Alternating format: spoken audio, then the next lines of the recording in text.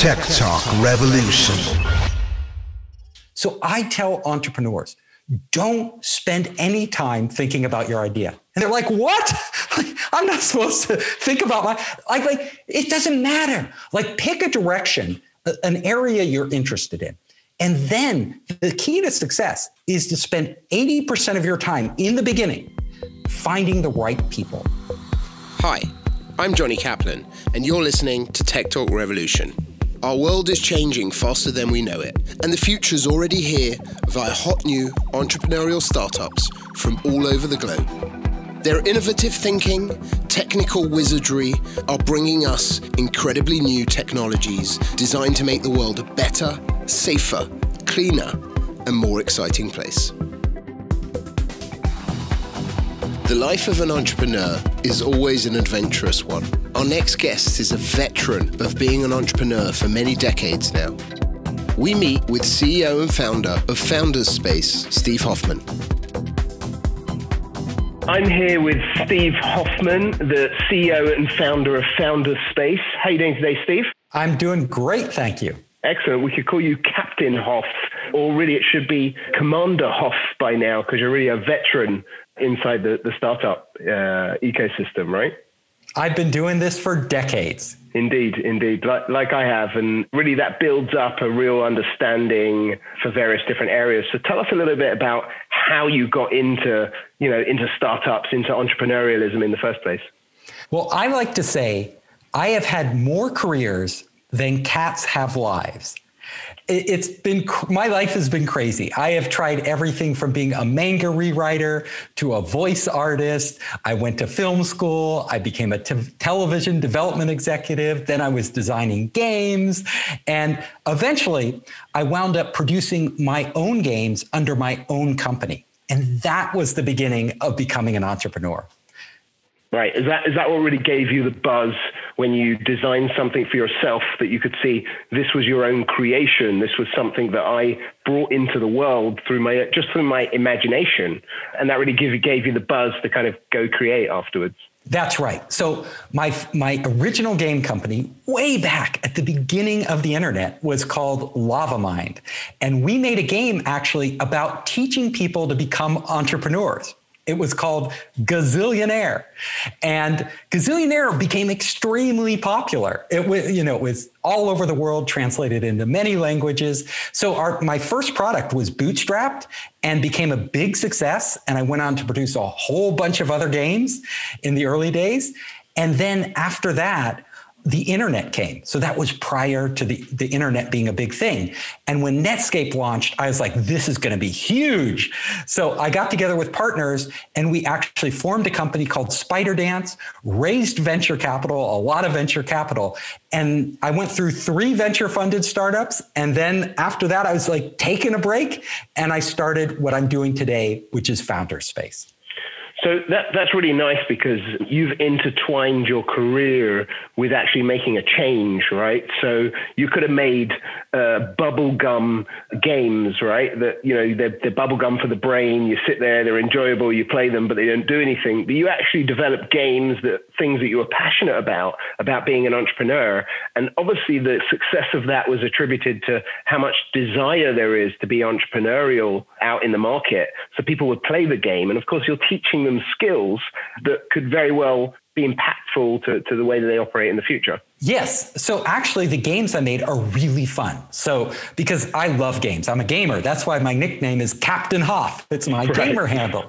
And that's where it came from. So the games, like we made a bunch of different business simulation games, Gazillionaire, Zapitalism, Profitania, and all of these games were designed to make being an entrepreneur fun while teaching you the essential elements. And they wound up being installed in hundreds of schools across the country and around the world. And literally we had millions of players. Some of the schools were high schools, some were middle schools, but there were universities, big major universities using our games and big corporations. So it was really rewarding. Wow, I love that. And again, it's very much intertwined with our path because actually we announced a few months ago that TechTalk is now being shown on the British curriculum with PwC to 8 to 13-year-olds because they find there is a gap between the females that want to get into the market compared to the males in a technology innovation interest. So they want to bridge that gap. So very much today, we're doing things that you were doing, decades ago via a gaming platform. We're using, television and things that people are streaming much more often, but they're very much intertwined paths, right? You're teaching those entrepreneurial skills, and very much bridges me to where we're going to talk to about today's founders space, is the fact that you've been doing this for decades, and you're still doing it, and you're finding new ways to do it and to give people that step up, that platform to really change their destiny. Yeah. So our mission at Founderspace has always been to empower entrepreneurs, at every level, from like what you're doing with very young entrepreneurs when they're in their very formative years, and also disadvantaged groups, like women, they really have a hard time breaking in. It's kind of an old boys club here in Silicon Valley where I work. And then there are other, disadvantaged communities, minorities, and others like that really need help just to get to an even playing field so they can compete. And at Founderspace, what we did was we started actually by bringing in entrepreneurs from all over the world to Silicon Valley. That was our mission, and helping, these entrepreneurs from Africa, from Asia, from, all across Europe land here and start their businesses. And then because of our relationships, we started going global, like setting up operations all over the world. We have like over 50 partners in 22 countries. And now what Founderspace is doing is really, our mission has changed. Our mission is now to bring Silicon Valley, or really the knowledge and learning we have here, globally to the rest of the world. Amazing. And on that note, I can see behind you a range of some of the books that you've authored, not all in English, I see, right? So I can see that your literature and your education and your experience is really reaching out across the world. So tell us a little bit about some of the books that you've written.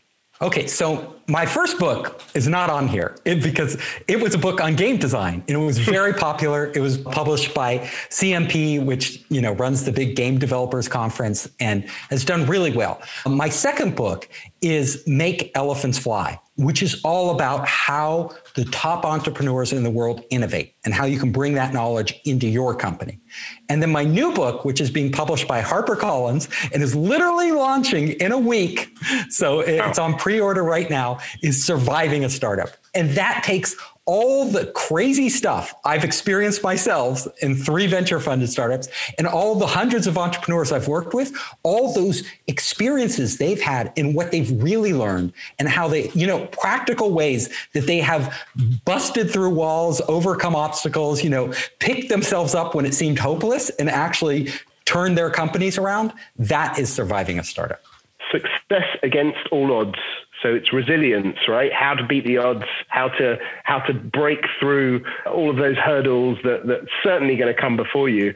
Whoever thought that building a startup was an easy path really chose the wrong business to get into. And it takes resilience. So absolutely. And that's very, very interesting to hear. So can you tell us a couple of the insights into surviving a startup? Yeah, here's one right off the bat. So, well, first of all, most of us think doing a startup is easy. Like, we read about it, all these unicorns, every time you open a blog or paper, or whatever it is, you hear like, oh, this unicorn made it. It seems so simple, like you're destined to have it happen. And we all believe in our idea. So, but the problem is, over 90% of startups fail. And even of the 10% that make it, just a fraction become these huge, enormous companies that everybody's talking. So what I have learned is that most entrepreneurs start off backwards. They start with the idea. They believe, if I won't start a company until I have a brilliant idea. And they just sit there spending huge amounts of time trying to think of that breakthrough idea. Well, honestly, usually what a company starts with is not what winds up succeeding. YouTube was, when they started, they were a video dating site. Yelp, when they started, the review part, the reviewing other sites was a side feature. Like it wasn't even the core. Instagram started with a whole nother app that was a failure over and over and over. Like you name the startup, their original idea wasn't the success. So I tell entrepreneurs, don't spend any time thinking about your idea. And they're like, what? I'm not supposed to think about like, it doesn't matter. Like pick a direction, an area you're interested in. And then the key to success is to spend 80% of your time in the beginning finding the right people. The people that are really, really amazing and that have skill sets that you don't necessarily have. Like as the CEO, like your job isn't to do everything. Like one person never built $1 billion company. It takes, multiple people to do this. And if you start off with the wrong people at the beginning, you are almost destined to fail, even if you are lucky enough to have the right idea, because you won't implement it right. You won't execute right. So most people just end up bringing on board their friends or whoever they happen to know who's a programmer, and they're mediocre. And what they end up with is a mediocre product and a mediocre company. And we all know mediocre fails. Like nobody needs a mediocre product. Like it can, you just go on to the next one. You have to be the best. So that's my rule. Cool. So it's really jump in the deep end, right? And, don't sort of paddle about, try to get your balance, just go with it, jump in, start something. And, I agree with that wholeheartedly. It's something that's always been part of my secret sauce is just dive into a new area, right? And work it out as you go along and really wing it. Winging it is part of being an entrepreneur, right? It's not all set out in front of you. There's no, secret plan, secret recipe. Actually, most times your recipe doesn't work, as you said, right? The first product, the first implementation, the first time you try it, if it does work, most likely you'll be the worst entrepreneur in the world because you wouldn't have learned anything. So actually it's better that you jump in and you fail, right? It's better that you have a problem, because then you will build the skills and the knowledge and the experience to overcome anything. Yes. And what you're saying is absolutely true. Here's another fallacy that entrepreneurs run into. They think they can have that brilliant idea, the one that is a breakthrough that nobody's thought about, in a vacuum, like it just comes to them like a flash, an inspiration. But that's not the way it works. Really, to make breakthroughs, you can't stop where everybody else has stopped. You have to go much deeper.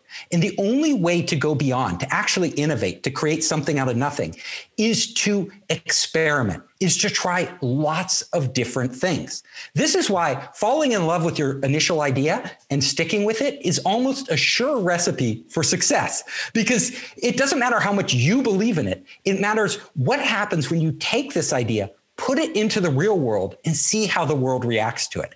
And through that interaction, that's where the brilliant insights actually come. They come from trial and error. It's much like being a scientist, being an entrepreneur. You're a scientist, you have a thesis, you believe that something will happen, that this will be true, but you don't know until you run the experiment. And often you have to run thousands of experiments, each one learning incrementally more before you make that breakthrough. Absolutely. Tell us a little bit about today what Founders Space does and the sorts of companies that you're incubating, the sorts of companies that you are hands-on nurturing rather than through material education that you're clearly doing the other channels. What are you actually working on yourself? So we, as Founder Space, we are interested in all types of companies, but our core sweet spot is AI, because personally, I believe AI is one of those transformational technologies.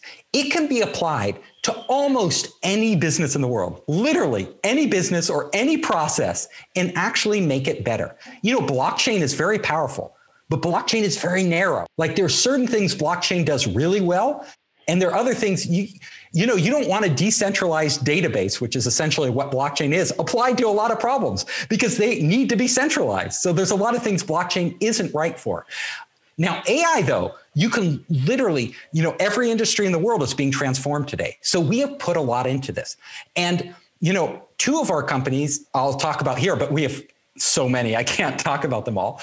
But one is Chooch AI, which is really building a platform. And platforms is another thing I really like, a platform for AI applied to visualization technologies. So platforms are really important because a platform allows third parties to get on it and use it, and they start contributing data. And data is the fuel of AI. So Platforms are what you need to really gather the data, get all these parties on, and make really valuable, intelligent solutions to problems. And then the second company I want to mention is called Ecubot. And they actually didn't start as a platform. They were applying AI simply to create the first AI-powered ETF, exchange-traded, fund.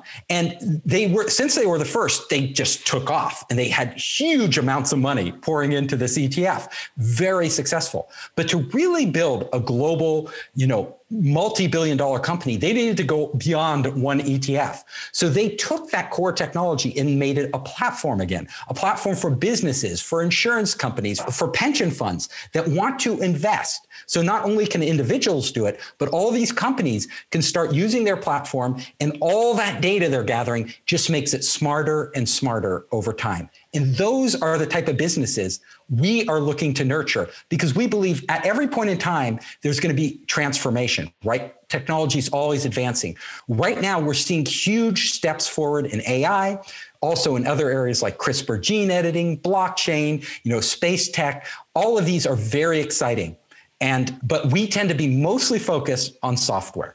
Got it. So, and you're also focused on software, which really is, as you said, the future, which is the collection of data, because data is really key within all of these software applications. The more data you have, the more you can churn through, process, analyze, and get better results. And the other one is to have these, as you said, these platforms where you can collect the data. So you've got the shop open, right? You're able to get the customers in, and then you're really storing that and using it in multiple different ways. And I think a lot of a couple that you talked about are quite impactful in the marketplace. So I think what I've understood is that you started off your career as an aspiring entrepreneur, building these wonderful products and services, and you did it in a way which was helping and benefiting others. You then went and wrote several books that really fueled another way to really channel all of your experiences and your thoughts to other people to help them. You then developed an incubator in Silicon Valley where you could actually seriously fund and invest in these companies and help them. And now you're still thinking to the future, where you're thinking as what's the next technology that can do the same thing, but in a stronger, better, more impactful manner. And that really is AI. That is the amalgamation, the analysis of data, the processing, and of course, what choices you make and services you decide to do based on those decisions. Right. And the beauty of AI is it applies to everything out there. It applies to space travel. Like if we're going into space, everything, AI is going to play an enormous role to getting us to Mars and actually enabling humans to survive there. If you're doing gene editing, like CRISPR gene editing and creating new species of plants and animals, AI is fundamental to that. It really doesn't, it's not limited. That's why I like it. And the other thing about software that I am so fanatical about is that software is easy to get started. Like as an entrepreneur out there, you can get started with software with just your time. Like if you have the right team, if you have really good coders, like there's all the platforms are out there, AWS, all these cloud platforms, super cheap to start out with. And it can scale from a tiny business to a global business, literally in a matter of weeks. Like it's that powerful.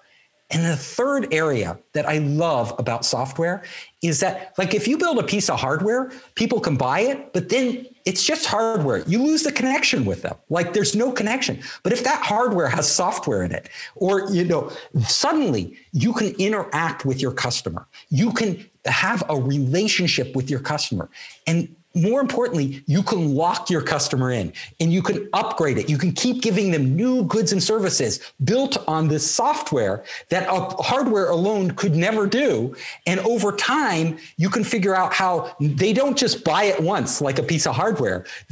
Because software, you can always be adding more features and deeper engagement. You can monetize them much more deeply.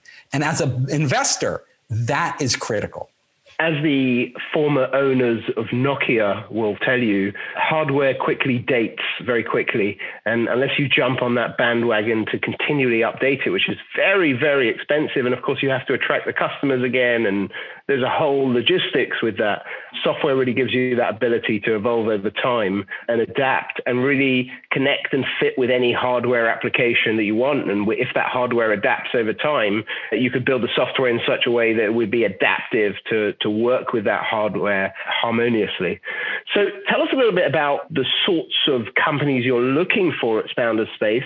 You talked to us about the areas you're looking for. What kind of stage companies, what types of investments do you make? What types of criteria you're looking for, so that all listeners can understand really, if they're in the space, what you're looking for? What we're looking for is companies that can come to us at an early stage. So not at the very beginning when you just have an idea. Like I said, the idea is not the most important thing. When you have a really amazing team, like of people who could have been working for Facebook or Google or Microsoft, that chose, because they believe in your vision, to work for nothing for you to try something out. When you have that team, you can have a prototype, you could have a beta version. It can be very early. It can be pre-launch, or you could have launched already. That is the sweet spot for us. So we come in there, and what our goal is to do is to really, first of all, get you the capital you need, and secondly, get you the support you need from mentors, both here in the US and globally, to actually grow that business. Do you have the sort of investment levels that some range that you offer, or is that something that's really on a case-by-case basis? Or is it that you invest from $500,000 to $1 million per company, or is it case-by-case? So we don't have set numbers. So some people have set amounts. Ours depends on the company. So it's usually, it can be as small as $10,000, like at the very beginning, usually up to $1 million would be where we cap out.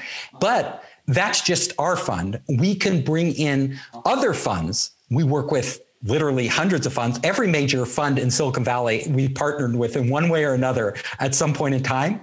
And then we have a lot of global funds, especially overseas, like in countries like China. There are enormous funds. So if you're like moving into those markets and want to launch, we can pair you up and we participate in those rounds. But often they are led by our partner funds, which tend to invest larger amounts. And that allows us to grow with the company. So we start with them early, and then we can take them hopefully all the way to an acquisition or IPO.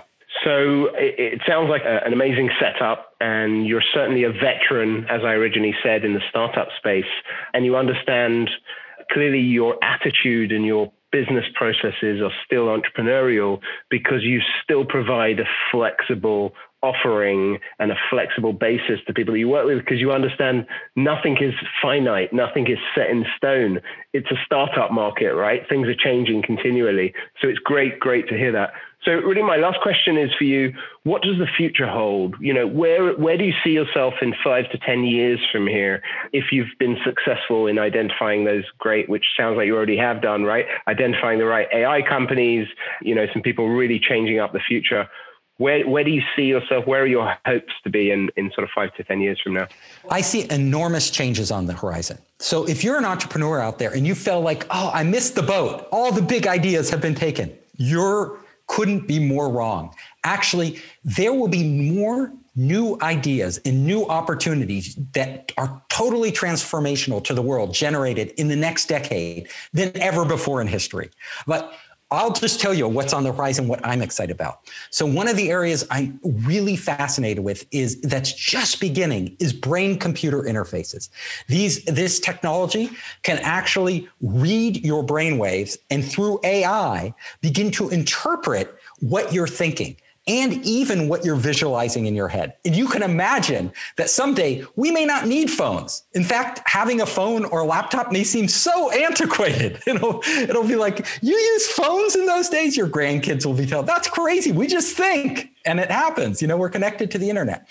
And there are other areas. Gene editing, we have literally unlocked the source code to existence, to life, the source code to life. We can now construct with genes plants that never existed before. And we can create animals, and they're doing this, these hybrid animals that literally never existed. Like they can be things that were out of fantasy books. They have a geep now. People don't realize it, but a geep is a goat and a sheep blended together. Their genes, and it literally has parts of goat and sheep.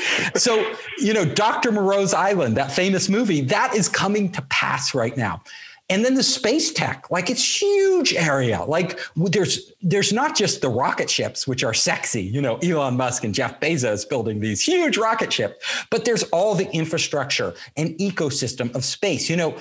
How are people going to survive there? How are we going to communicate? How are we going to transport food? What are the logistics like?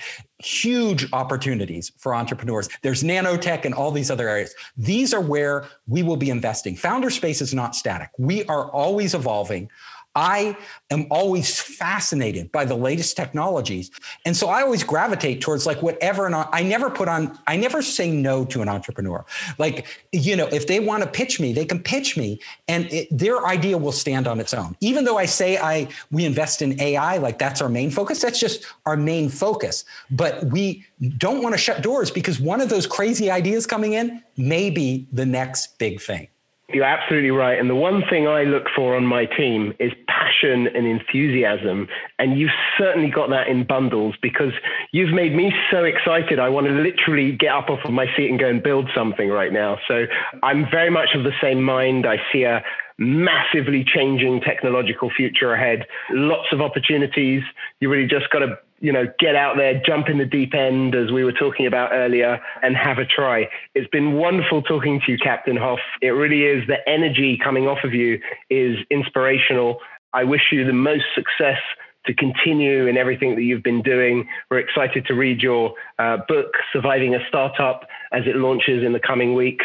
And we'll be certainly very excited to see some of the companies coming out of founder space and the success and the impact that's coming out of there. Thank you. I love your show, and it's such a pleasure to be here with you. Thank you so much, Steve. It's been wonderful talking to you, and keep up the good work. Kudos to Steve for never giving up and ensuring his path as an entrepreneur has been a successful one. And now he's building the space and tools for others to get ahead. Can't wait to read his book and see what he comes up with next. In the next episode of Tech Talk Revolution, we meet with the real-life RoboCop, William Santana Lee, the CEO and founder of Nightscope. As always, I'm Jonny Caplan, and Tech Talk Revolution is a co-production of TechTalk Media and ElectraCast Media. Executive producers are myself, Jonny Caplan, Ronald Hands, Mark Netter, and Peter Rafelson. Our producer is Rianne Faye Senining, and our editor is Carl McCarthy. Stay tuned to Tech Talk Revolution for our next episode, where we continue our journey meeting leaders of the world's most amazing startups, bringing you more incredible new technology from across the world. If you'd like to learn more about the startups we visited, please check out our show notes for additional information. For more info on the TechTalk Media company, please visit our website at techtalkmedia.tv. You can subscribe to Tech Talk Revolution wherever you listen to podcasts and wherever you can catch up on some of the amazing guests in our previous episodes as well. We greatly appreciate if you leave a wonderful rating or review, and please do share this podcast with your friends to let them know about Tech Talk Revolution.